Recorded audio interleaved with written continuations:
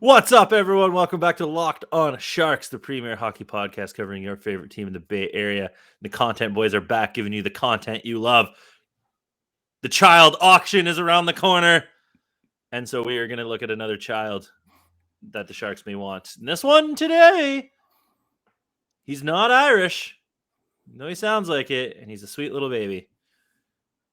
And also is ranked from 10 to 50, so he could go anywhere. So it's going to be a lot of fun. And we brought back our favorite. So good times all around. Draft profile coming up next on TSN.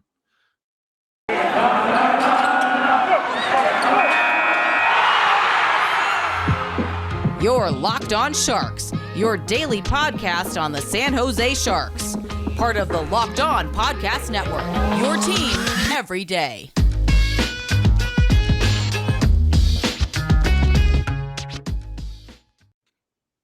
I'm your host, Scott Demetrius. Back with me, as always, is co-host JD, The Simpsons to my...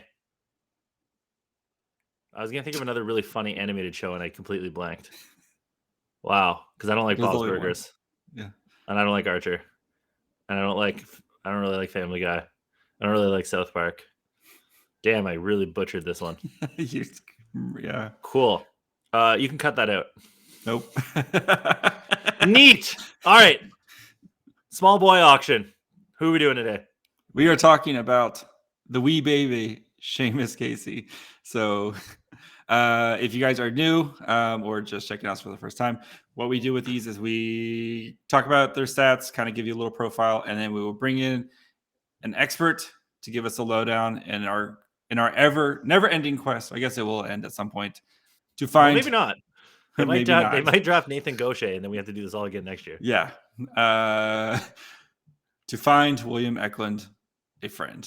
So Bachelor style. What a great idea by us. Yeah. We are you can say a lot of things about us, but you can't say we don't give you content. We do. We are on a mission from God. All right. So, the non-Irish Irishman. Yes. So the wee baby Seamus Casey. He is a January baby, if you like that. He's from Miami, so he's got to be a Dolphins fan. So I'm already he's from number Miami. one on my board. He's a defenseman, 5'10", 161 pounds, plays for the USNTDP. He's played on the under 18 team and the juniors team. The national under 18 team. He's played 35 games, 5 goals, 17 assists for 22 points. He is a defenseman. I did say defenseman. 0.63 points per game. Part of the juniors USHL circuit. 12 games, 1 goal, 8 assists, 9 points during that time. I'd also like to point out that his team names are. He played for the CompuWare 13 and under AAA team, the CompuWare 14 and under AAA team. Then he moved up to the Florida Alliance 16U AAA team, and then went on to the U.S. national teams, and he's going to University of Michigan next year. But CompuWare and Florida Alliance, good times.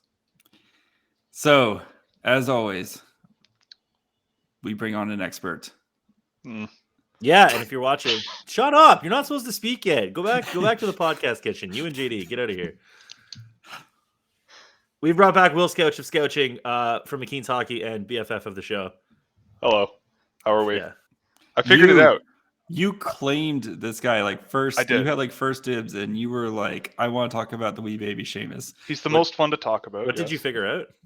I figured out that you are American Dad to the Family Guy of the show. That's the animated show. I feel like is the dynamic here. What? We've got a Never mind. Fail.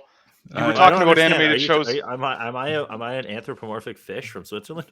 Well, I'm calling you the world of American Dad relative to JD's Family Guy, the head of the show, and you are the sort of offshoot, guy, especially because I'm the offshoot. Yeah. I started this goddamn podcast. I know, but you've been usurped in my view. I don't know, man. Yeah. Okay. Wow. I don't know. Just I had to think of something while I was in the podcast kitchen. I had to think of something while I was waiting in there. Could have thought of anything. You literally could have thought of anything. Instead, you came on It and was stuck in my head.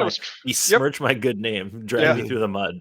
I've been besmirched, and now I shall besmirch. Sorry, you don't work for an Frisco NHL team, Will. It's not my fault. He's the frisky dingo to the Archer of the podcast. I don't watch Archer. Well, too bad. Get on that horse, man. Let's go. Anyway, Seamus. Seamus Casey, not from Ireland, from Miami. No. How does he not have a Spanish name? Who knows? But do you want to just go? Do you want like 5 minutes to talk about how much you love Seamus Casey? Because we can do that. So what floats your boat with him? You're very excited. As you told us, you have him ranked 10th, while other guys have him ranked like mid-second round. Why are you? Yeah. So, I mean, in short, I mean, he's one of these players that I absolutely understand why people don't have him ranked as highly as I do. I'm definitely on the very, very, very bullish end of the spectrum. For the record, like Bob has him at 44, Craig Button has him at 50, NHL Central Scouting North American had him 32, but then like Dauber has him 11, Smart has him 12, you have him 17, well, Keynes has him 17, so Elite Prospects have him 12, so that's kind of the rankings disparity there. And he's like 8, I think, for me. Like, I love this guy. And I think that, I mean, the part of the reason I wanted to bring up is because I think he's a realistic target for where San Jose is right now. Like, they have the 12th best lottery odds. So I imagine that if they're picking in that 9 to 14 range, like being as conservative as I can, that would make sense. And I feel like he'll be around there.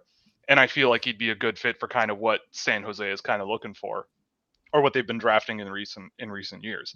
So I guess in short, like I said, I see why people don't have him ranked super high, but he's one of these guys where I think you have to think about where he's going to be in 3 years after he goes to Michigan and does his thing. Because I imagine that team is going to probably lose guys like Owen Power after this year. They're probably going to be losing a couple of other guys after this year, maybe even a Luke Hughes. Nick Blankenberg, I believe, is a senior and will probably be gone. And Seamus Casey probably slots into a similar role as that sort of undersized, sort of mobile, offensive-leaning guy. And with Seamus Casey, so as he is right now, I mean, I look at him and I see someone who is probably, in terms of skill on defense, one of the most skilled defensemen in the draft. I look at other defensemen in this draft like David Jiricek, and there's a bit of skill there, but it's not quite fully put together yet. I look at other defensemen like Slimo Nemec, and I don't think Nemec has really projectable offensive skill that really would make him a really dynamic offensive defenseman in the NHL, at least not as much as he is now in the Slovakian Pro League. Whereas I look at Seamus Casey and see a guy who, he's one of the most, he combines skill and evasiveness super, super well. I mean, he is really, really quick on his turns. He turns off of pressure so well, finds new lanes to pass pucks. I mean, the data that I've tracked is basically just bananas wall to wall. At least in terms of moving pucks offensively.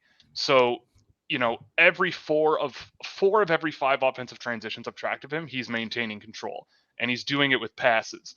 Like, he's one of the most efficient offensive transition passers that I've seen. And a lot of that comes from, if a guy's forechecking on him, he'll just spin off that pressure, create space, make a new lane, find a passing route out of that situation that's safer, rather than just chipping it up the boards and calling it a day and going for a shift.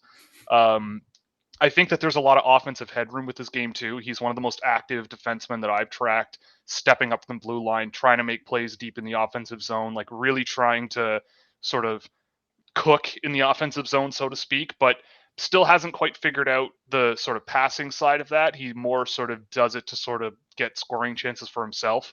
And he can shoot the puck pretty well, but I think that rounding out that sort of offense is going to be key for him. That's kind of why when you look at his production, you might look at him and go, yeah, but he's not scoring a ton of points. It's like, well, yeah, like there's reasons for that for sure. But I think that what you're kind of getting is a really interesting puck managing, puck transporting guy up the ice, especially leaning sort of pass first with skill and evasion. And the knock on him, and this is kind of why I think I'm not surprised people have him way back in the draft and towards the second round, is because he's small for sure, and he also isn't the quickest guy or the most mobile guy in all 4 directions. He's kind of limited in the sense of, if you draft him, the big thing to work on is getting him stronger and quicker, just going in a straight line, so that in that sort of spinning off pressure and escape scenario, he can actually, move the puck himself rather than find a passing option and just give her.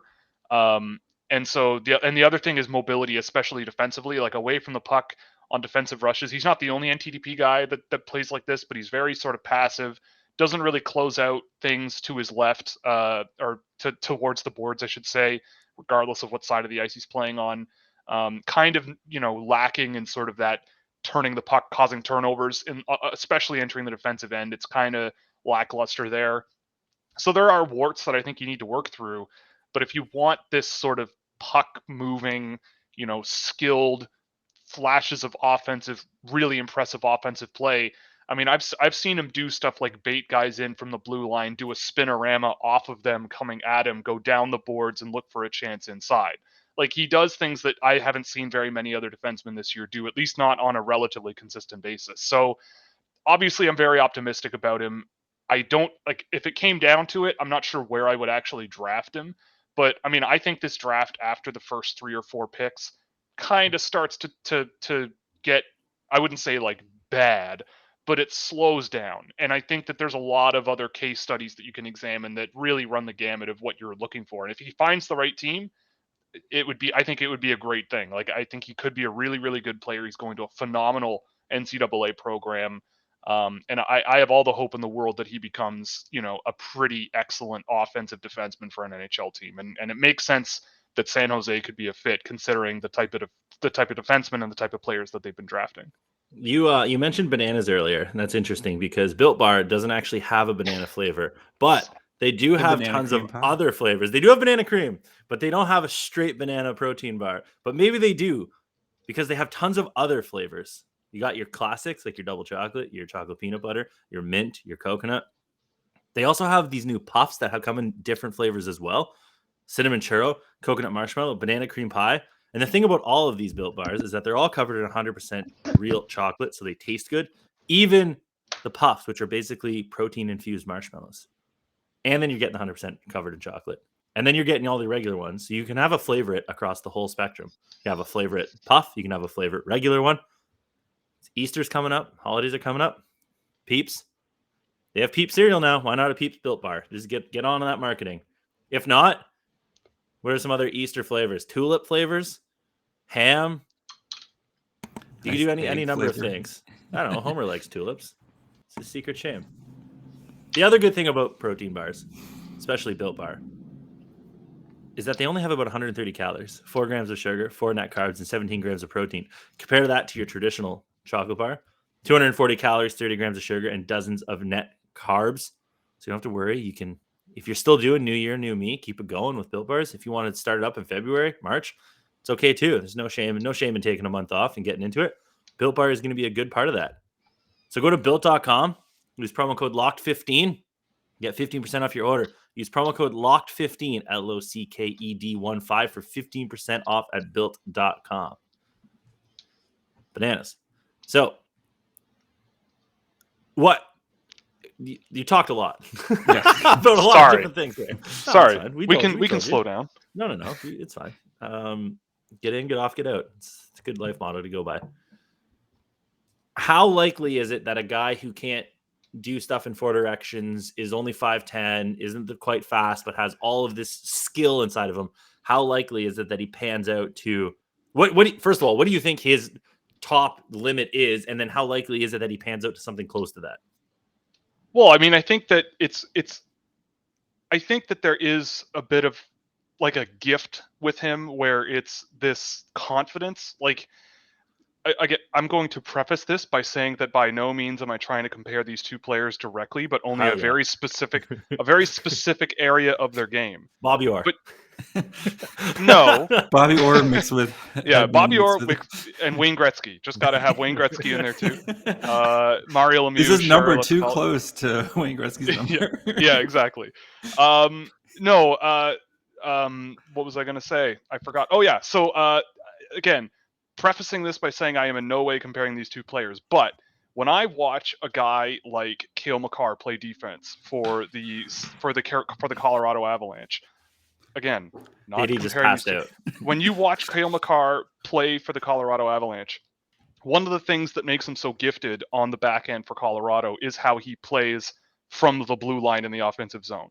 Like he will use his body and skill. Like it's not that he's an extremely quick skater and very agile and all these things, but it isn't just that that's making him as effective as he is, right? His body fakes, his ability to deceive players, the skill that he has to just pull pucks one way and then just zoom off in a completely different direction. That's what makes him kind of special offensively to me, right? Like we've seen those highlights of him scoring goals by just basically going, I'm a forward now, and I'm going to just do whatever I want because I can. And he does it with that skill and that explosive first couple of steps to leave guys behind and then makes a play and you're happy. And I think that that's the type of thing that Casey is trying to do when he's really feeling it.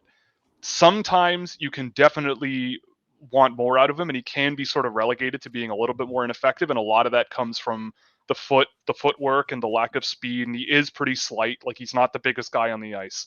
But man, I mean, a skating coach and like learning how to skate better from the age of 17 onward, like that's not rocket science. Like it's obviously extremely difficult to like become an elite level skater, but he'll train. Like the advantage that he has, another one is he's going to college. If he needs 3 years in college, he can take 3 years in college. If you were going to the OHL, he'd only have 2 years. You have more time to sort of let him get comfortable. I imagine that even if his first year in college is fine, with Michigan, maybe he doesn't get as much ice time as you might expect because that team might be stacked again next year. I don't know. But I feel like if you give him time and time to sort of build up on the things that he needs to build up, then I think you're going to be more than happy. But I do think that there is certainly a lot of risk. Like, again, this is a Sharks podcast.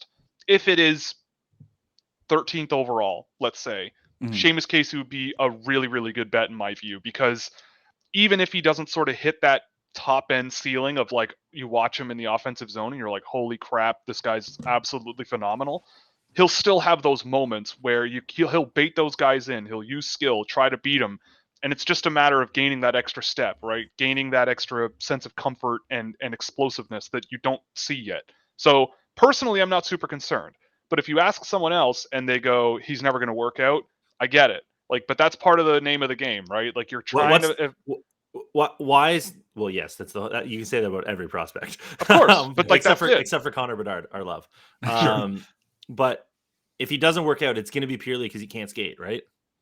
Well, I mean, I never said he couldn't skate. I just said that's like the limiting factor. That's the thing that's making him from being like that super elite talent. Yeah. Like if he could skate, like, again, I'm trying to think of other defensemen in this year's draft that excite me not in this year's draft. Oh, like if we're thinking about players in this year's draft, especially on defense, that excite me as much as he does, I don't think there are any. Like at this point, David Jiricek, when he, once in a while gets the puck on his stick and he can do similar type things, stepping up from the blue line and sort of challenging offensively, but I don't see it as often, and it's really sort of clunkier when he does it, and you're hoping that rounds itself out, right? Like similar to last year, I think there's a lot of guys in this high-end range of the draft where there are flaws that could really hinder their NHL performance. That's true in any given draft year. So it's just a matter of proper development, proper management of how the guy's coming along. Like with the wrong team, I feel like there's going to be a bunch of teams that just want nothing to do with Seamus Casey anyway, because that's just how hockey is sometimes. There's different philosophies. Yeah. But I feel like the right team will zone in on the right things with him and go, hey,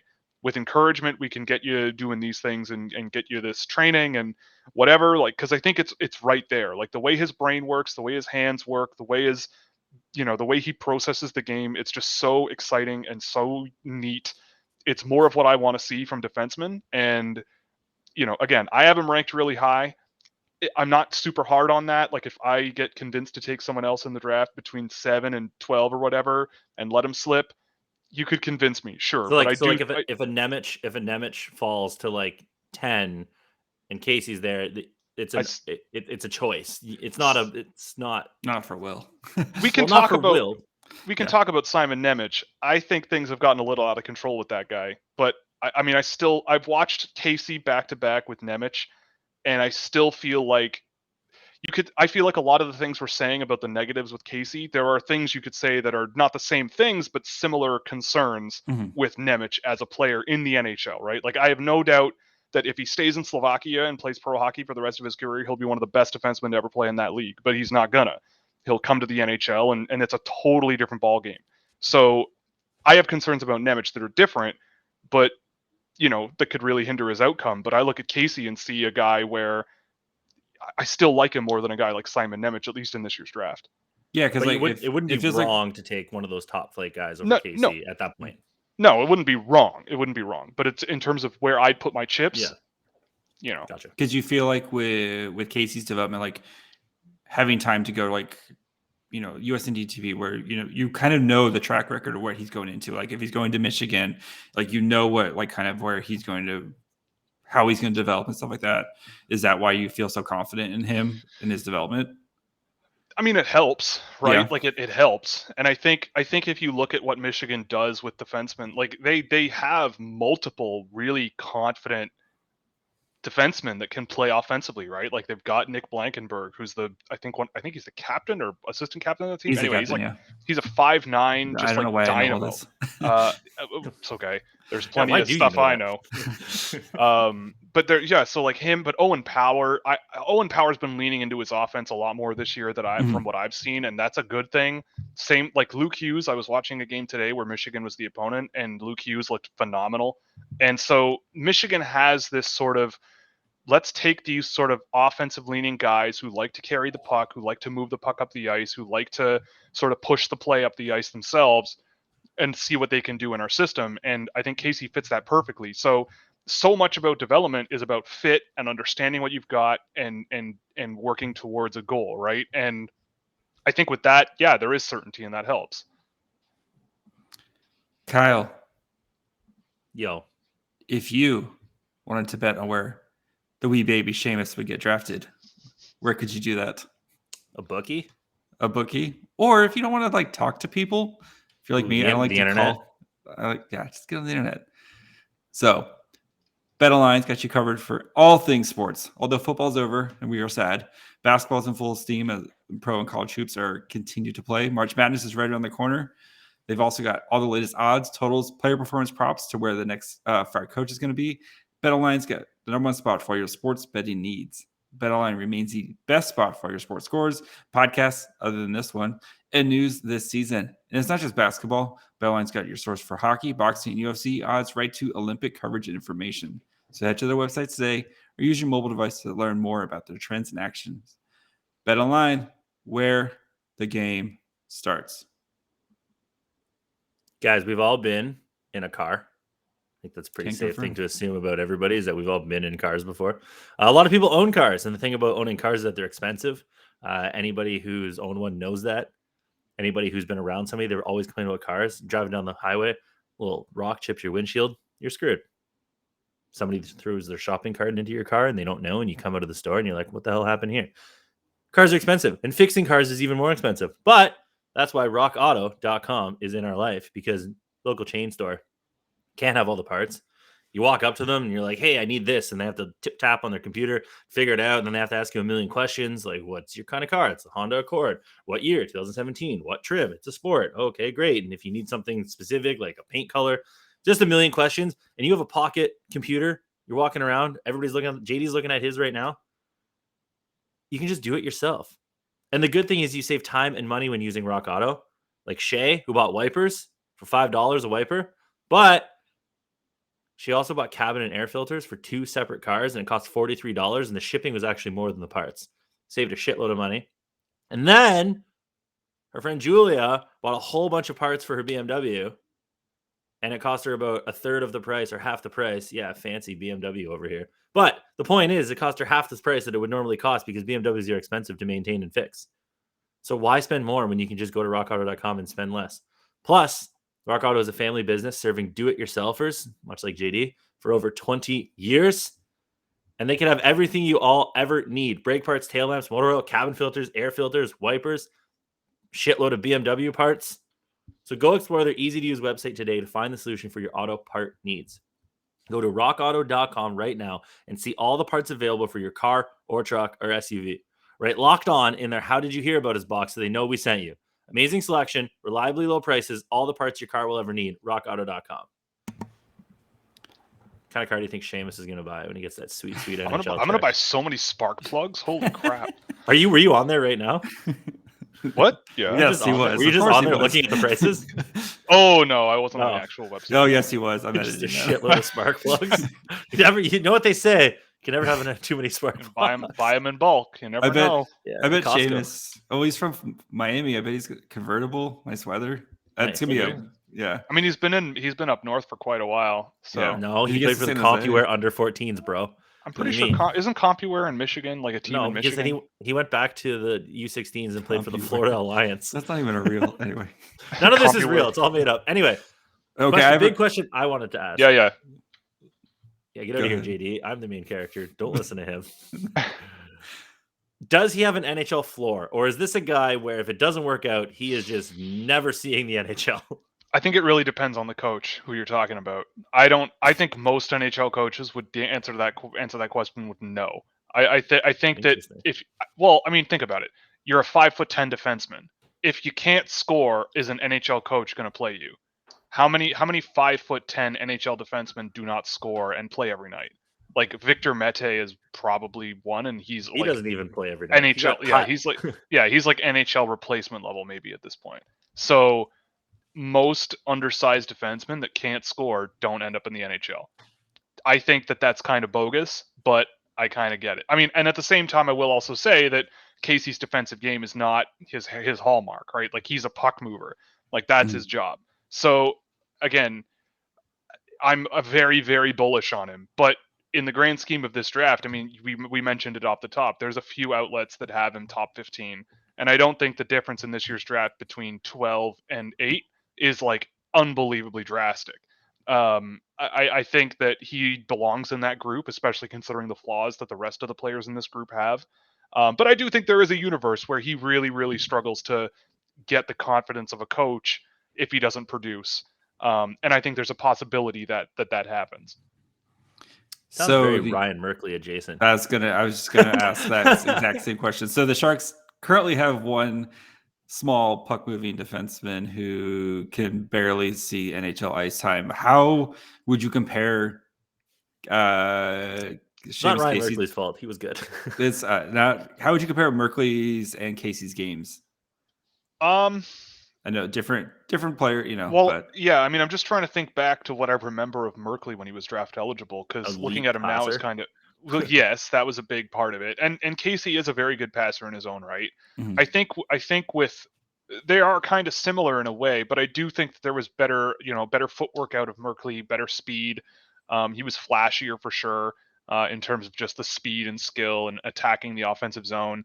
But I do think that Casey, like, what I don't fault Casey for defensively is if play is under close quarters defensively, like if he does manage to close those gaps, if he does manage to he tries to put himself involved, he tries to involve himself defensively, he tries to get in there, and he does have a good sense of using his body to get between the puck and the opponent. He does have a really good sort of stick checking ability to separate that puck quickly, and if he gets that puck on his stick, he knows how to escape and turn things around. So it's not like he doesn't play defense at all. Ryan Merkley, when he was draft eligible, did not play defense at all. He just did not. He did not. So Seamus Casey plays defense. It's just rush defense is where I'm looking at him going, this is a problem. Mm-hmm. It's closing those gaps defensively, laterally especially, escaping pressure, skating in a straight line, not quite there yet. But with Ryan Merkley, I remember going, this guy is a heck of a hockey player when the puck is on his stick, but I can see why coaches cannot stand this guy when the puck is not on his stick, especially for a player who plays defense. So defense is overrated anyway. yes, but it's also a quick way for an NHL coach to bench you. So, yes. Yeah. All right. So again, our quest is to find William Eklund a friend, and how well would Seamus Casey pair with Eklund? I know defensive forward and stuff like that, but it seems like a guy like this who's amazing on the transition. You put him with Eklund, who's also great on the transition and all of his hockey smarts. How do these two guys play together? Well, it's interesting to think about defensemen playing with forwards and how they interact. But generally, I mean, the way I see it is, Seamus Casey's a really good passer. That's kind of the focus of his game right now. William Eklund is a very good puck carrier. Like, so there to me is Casey is the breakout machine. That's the guy who starts things, quarterbacks a breakout, maybe crosses the defensive blue line himself, finds Eklund in transition or something. I don't know. Depends on how you want to deploy the team. But I mean, I think that they do kind of do the same things well in a way, but in different ways. But again, the things they do well, you want all of your players capable of doing, which is like getting the puck up the ice somehow. So I look at Casey and see a guy who could feed the puck to Eklund out of the defensive zone. I see a guy who could work off of him in the defensive zone, like Eklund loves, using the perimeter, opening up options, deceiving guys, screwing with your head while he's got the puck on his stick, feeding pucks out to the blue line for Seamus Casey to do more of the same. It just seems like it would. I guess it would work. Like it's not a bad thing to have multiple players that can do that. So yeah, I mean, but if we're looking for like the most ideal fit for William Eklund to play with, might not be the best comparison, and there might be other players that you could literally put on a line with Eklund that would work. But if Seamus Casey does win the Bachelor this season, I don't think it would be the end of the world. Where fair. See, this is what you get. That's why you got to get return guests because they know the bits. They know the bits. Oh yeah. Where would he fit in the Sharks prospect pool? If Eklund is obviously the top, we're not counting Merkley anymore. I don't think. Well, you can count Merkley, but I mean, yeah, I would count him. Yeah. Okay. So where does he fit? In his 15 career games. Yeah. Yeah. I mean, I like Merkley, but I still think that Casey is a better, more well-rounded prospect at the same age than Merkley was. I think Merkley was supreme talent, nothing else. And they're trying, and I think San Jose has been trying to sort of balance things. Not trying. It has successfully worked. His AHL season this year has been really good, and he was actually pretty good in the NHL. Bob Bugner just is on a different planet. The Sharks famously scored 0 goals on Monday, and they still won't play Ryan Merkley. Okay, hold on, Scouch. Here's a good one. Ryan Merkley got scratched from the lineup. Their defensive pairs were Ferraro Burns, Nick Malosh, and Jacob Middleton, Radim Shimmick, and Mark-Edward Vlasic. Then their second power play unit was Nick Bonino, Jonathan Dahlan, Lane Peterson. Who's the other guy? How are you not in like last? And Noah Gregor. Oh, they're trying. How are you not in last place? Timo Meier has like 50 points in like 45 games. Timo Meier and Tomas Hertl dragging this team. Yeah. James Reimer also like won a whole bunch of games, but like that's Ryan Merkley can't get into that defensive core or that power play unit. Mario Ferraro is running the power play unit, who's a 5'11" non-offensive defenseman. Yeah, that's a tough one. I mean, okay, so with Ryan Merkley, I think, but that's the thing. That's why I liked Ryan Merkley at the time, is because you can manage the talent and try to get him to round things out. It's just all up here for him, I think. Yeah. And now finally, what is it, 19, 20, 20, 4 years later, like he's finally seeming like he's settling in. I think that that's the kind of time frame you're going to be working with number one, most defensemen, especially most prospects in general. Like that should be your time frame. Like Timothy Liljegren is now playing in Toronto, and people were calling him a bust 2 years ago, and now he's been playing pretty well. And it's so these things take time. So with Casey, it's like first year might not be perfect, second year might be better but not perfect, and then finally maybe whatever.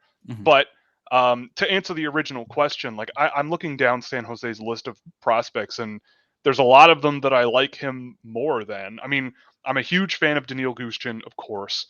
And I feel like goals and gets suspended. That's his two things. Yes, and I feel like he's not getting the attention that some other high end prospects should be getting this year. But that's just me. Maybe because his team sucks. But he's almost scoring a goal per game, which is pretty wonderful. But I do think I put him like, I don't know, if it isn't William Eklund, and I don't know, maybe a guy like Ozzy Weisblatt, maybe Casey fits in there. I mean, I'm a huge fan of Ozzy Weisblatt, big fan of Daniil Gushchin as well, but like I'd feel he slots in there. Like I don't think he's going to be a top pair defenseman. I don't think he's going to be a dynamite number one guy. Maybe one day if things really go well, but I'm more pessimistic on these kinds of things than most people. So it's like maybe like a second pair guy. You can put him out on your power play, but that's kind of his just eat minutes, play offensively, and like he's a really good 5-on-5 player right now. So any improvements will just keep making him better, because what right now he's one of the best shot attempt guys I've tracked on defense, one of the best offensive transition guys on defense I've tracked, and that's with all the concerns that are there. So I feel like improvements will do him well. Obviously, not a controversial thing to say. Okay, blood pact question time. Oh boy, what number does he go at? 20. 20. That's my gut. I say 20. So you're looking at like a Boston or a St. Louis or something like that. Somebody who's decent-ish but doesn't make it through. Yeah. Like I'm looking at the standings. I mean, if I'm the Buffalo Sabres with that Vegas pick, I could see that. Like as your second first-round pick, if your second first-round pick is a guy like Seamus Casey, that's a win. Doesn't Arizona have 3? Yeah, but they'll just draft Josh Doan 3 times. I'm kidding. Nashville, I think, could be another one. Like Nashville loves these skilled, undersized defensemen. They've drafted a bunch of them over the years. They won't play them, but they've drafted a bunch of them. Who they they just drafted? like to collect them. Like Dante Fabro. Isn't Dante Fabro like a big bruiser? No, he's not huge. But I mean, like David Ferentz, they've drafted. Frederick Gaillard was kind of undersized and scored a ton of points in junior. They never gave him a chance, and now he David sucks. Ferentz at? He was like leading playing the NCAA in in scoring. He's having a good year in the AHL. This is rookie year there, so like I'm trying to think of another. Alexandre Carrier is on the NHL team now. He's pretty small. And Nashville loves those sort of small, skilled defensemen, and Ryan I can Ellis see that working. Ryan Ellis worked out for them pretty well. Yeah. Oh. So I think that could be a fit as well. I think realistically, teams are going to look at his size and the fact that he's not an elite level skater and go, nah, let's take the big kid, or let's take the more mobile defenseman, which is fair. Like I get that, but I feel like if you play your cards right, be patient, and have the right developmental plan, and I mean, he's going to be in Michigan. Like that's unbelievable. I think you're going to end up with a pretty good player. Fair. Okay, you've said the best player is going to be Brad Lambert 5 years from now. Do you want to amend that to Shane Wright? Or somebody else? I mean, I like Brad Lambert the most. Like, of all the players in this year's draft, if I had to pick one to just watch for an entire day, it would be Brad Lambert. But I also do think, I won't say that Shane Wright is, like, bad. I know some people have been out there, like, making fun of him. But I do think, I've been saying this recently, he does not have a monopoly on the first slot on the draft. Like, I certainly do not. I've just watched him last week. I tracked another game of his. It's been 5 months. Like, the excuse of getting back into the swing of things after losing a year only goes so far. It's still, I just wonder what happens in the NHL with him. If you put him back, it almost seems to me like he needs another year of junior just to get really back into that swing of things. Like, he's not, I don't know. It's hard to explain without sort of showing you a bunch of video, but like, I feel like if Arizona picks him and he's like the guy they're going to try to sell tickets with, I just don't think it's going to work. At least not right away. They made tickets to sell. Well, that's Montreal, true, yeah. Montreal, come on down. You also said that Nathan Gaucher was your stay away randomly. Did I? Okay. I think that was you. Was it not? I mean, relative to where he's probably going to go Tony in the draft. Ferrari? No, maybe it was. I think it was Gaucher.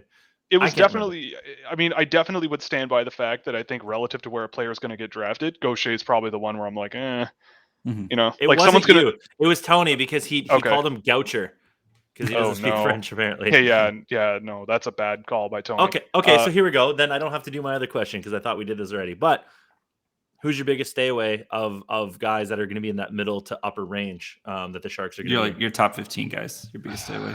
My biggest stay away of my top 15? Ivan Miroshnichenko. Or of like the top 15, top 15? A guy that you just don't think Sharks are drafting 12th or something like that. Who's a guy they should just not have on their board? Just don't like. It's just not worth it.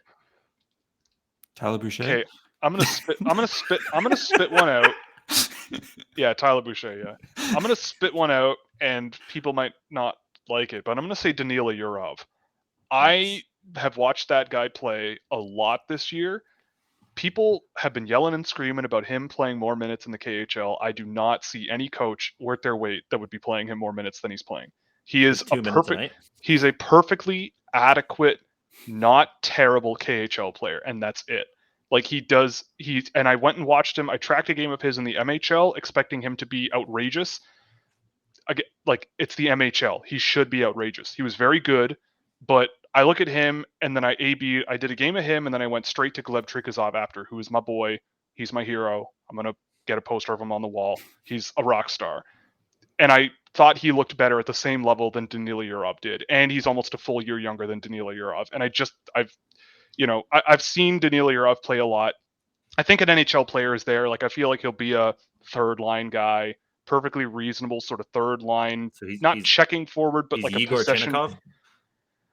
Like, he wishes he could shoot like Igor Chinikov, but he's a weird combo of, like, he's kind of skilled, he's kind of quick, he's kind of agile, he's kind of resilient, and he just sort of melds it all together to just be, he's pretty smart and melds it all together to be an effective hockey player. But it's not. Like, and that's it, right? Like, I think in the NHL, you'll watch him and be like, okay, he's kind of good. I don't know. Maybe I'm missing something with him, but I've watched a bunch of him in the KHL, watched a bit of him in the MHL, and I see, like, maybe a guy down the lineup that you can sort of play and not have to worry about. Like, that's kind of the guy you're going to have. And I don't know how valuable that is in the draft. So that's the guy where I'm going. I feel like if a team drafts him like 5th overall, wouldn't be my call. Maybe a little later. You mentioned Miroshnichenko. That's another one that could be up there too, but I feel like he's going to drop like a rock in this year's draft, I think. Yeah.